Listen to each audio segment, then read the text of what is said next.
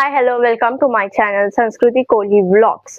तर आज आहे संकष्टी आणि नॉर्मल संकष्टी नाही तर आज आहे अंगारिका संकष्टी, म्हणजेच जी संकष्टी ट्यूजडेला येते ती। सो आज खूप स्पेशल डे आहे माझ्यासाठी, खूप आनंदाचा दिवस आहे बिकॉज मी गणपती बाप्पाला खूप खूप खूप मानते। सो आज आपण जाणार आहोत गणेश उद्यानच्या देवळात आणि तिकडचे थोडीशी माहिती वगैरे घेऊया आणि आपण दर्शन करूया। पण त्याआधी आपण आपल्या घरातल्या बाप्पाची पण पूजा करूया, बाकीच्या बाप्पांची पण पूजा करूया आणि आपल्या लाडक्या बाप्पाचा अभिषेक करूया, त्याला फुलांनी सजवूया। तर चला।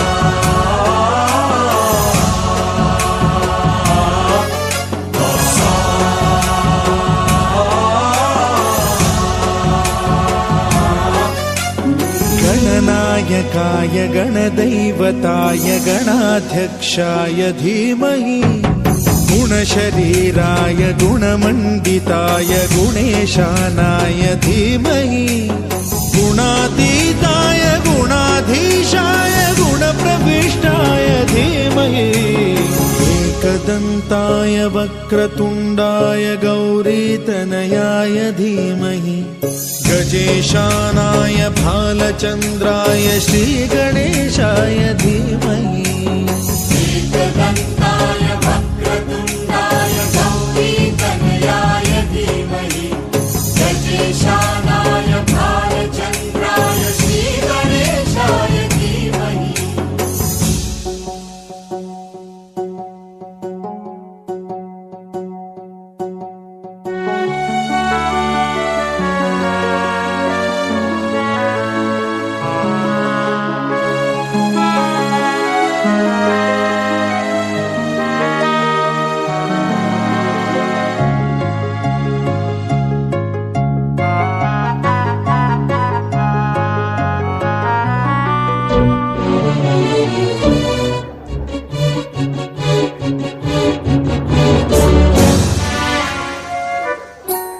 गानचतुराय गानप्राणाय गानान्तरात्मने गानोत्सुकाय गानमत्ताय गानोत्सुकमनसे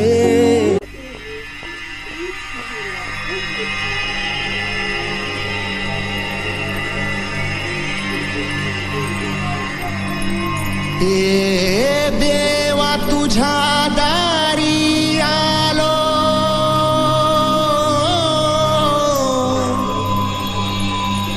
गुणगान गाया तुझ्या मानसाचा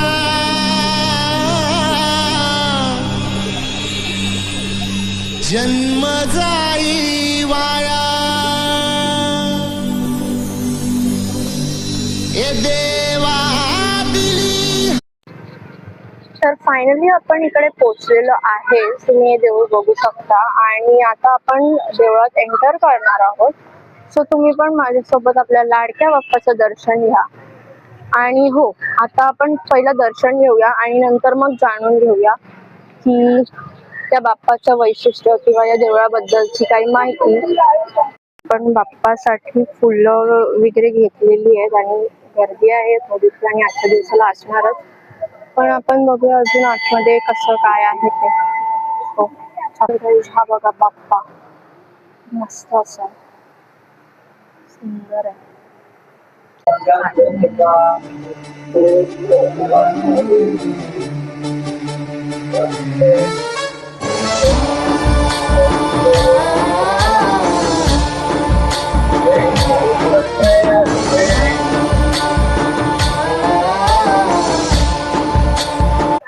तर गाईज खूप सुंदर असं दर्शन झालेलं आहे, जास्त गर्दी पण नव्हती आणि खूप मस्त असं सुटसुटीत दर्शन झालेलं आहे. तुम्हाला पण यायचं असेल तर नक्की या.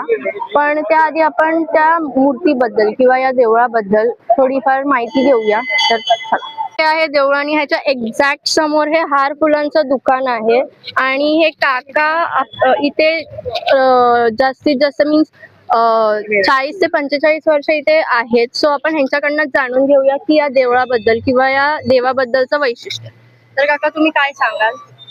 हे पहिली मूर्ती ना झाडाखाली होती, वडाचं झाड होतं. ते झाडाखाली होती ती. मग नंतर हे जे सुरू केलं. आणि अजून काय देवाबद्दल किंवा काय इकडे किती हे माणसं एकदम येतात? वैशिष्ट्य. सचिन तेंडुलकर आहेत ना, ते पहिले यायचे इकडे पाया पडायला. सचिन तेंडुलकर, अजित आगरकर सर्व यायचे. आणि असं ऐकलंय की देवाच्या मूर्तीवर जास्त हार फुलं वगैरे चढवत नाही, असं का? ते मागे झालं त्यामुळे ते ना असं काही नाही. ते झालेलं आहे. अच्छा, ओके. तर तुम्हाला पण इकडे असं हार फुलं वगैरे विकताना कसं काय वाटतं? हा, बरं आहे. गणपती बाप्पा हाय. तर गाईज तुम्ही बघितलं की इकडची माणसं किती खुश असतात किंवा काय किंवा हार फुलं वगैरे घेऊन जातात किंवा तिकडची विकणारी माणसं सुद्धा खूप मस्त आहेत. त्यांनी पण मला खूप छान असा इंटरव्ह्यू दिला. आणि येस, मला या मूर्तीबद्दल माहिती पडलेलं वैशिष्ट्य म्हणजे ही उजव्या सोंडेची मूर्त आहे, जी आणि चांदीची मूर्त आहे. सो खूप सुंदर असं आहे आणि तुम्हाला पण यायचं असेल तर नक्की विजिट करा. मुंबईमध्ये राहणाऱ्यांना माहिती असेल हे देऊळ, आणि ज्यांना नसेल माहिती त्यांनी लोकेशन वगैरे टाका. शिवाजी पार्क ग्राउंड आहे, त्याच्या एक्झॅक्ट मध्येच ही मूर्त गणपतीचं देऊळ आहे. सो नक्की विजिट करा.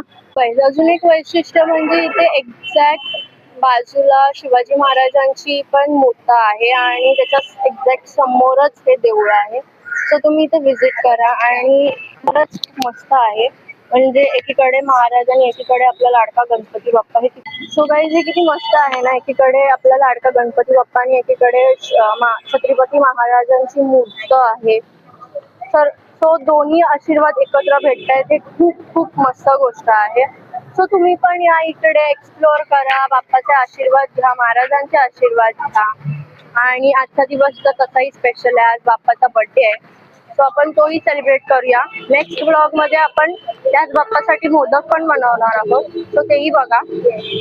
आणि आपलं चॅनल आवडलं असेल तर लाईक करा, शेअर करा, कमेंट करा आणि चॅनलला सबस्क्राईब करायला तर सबस्क्राईब पण करा, बेल आयकॉनवर क्लिक करा. सो आजसाठी दर्शन झालेलं आहे. भेटूया नेक्स्ट ब्लॉग मध्ये. बाय.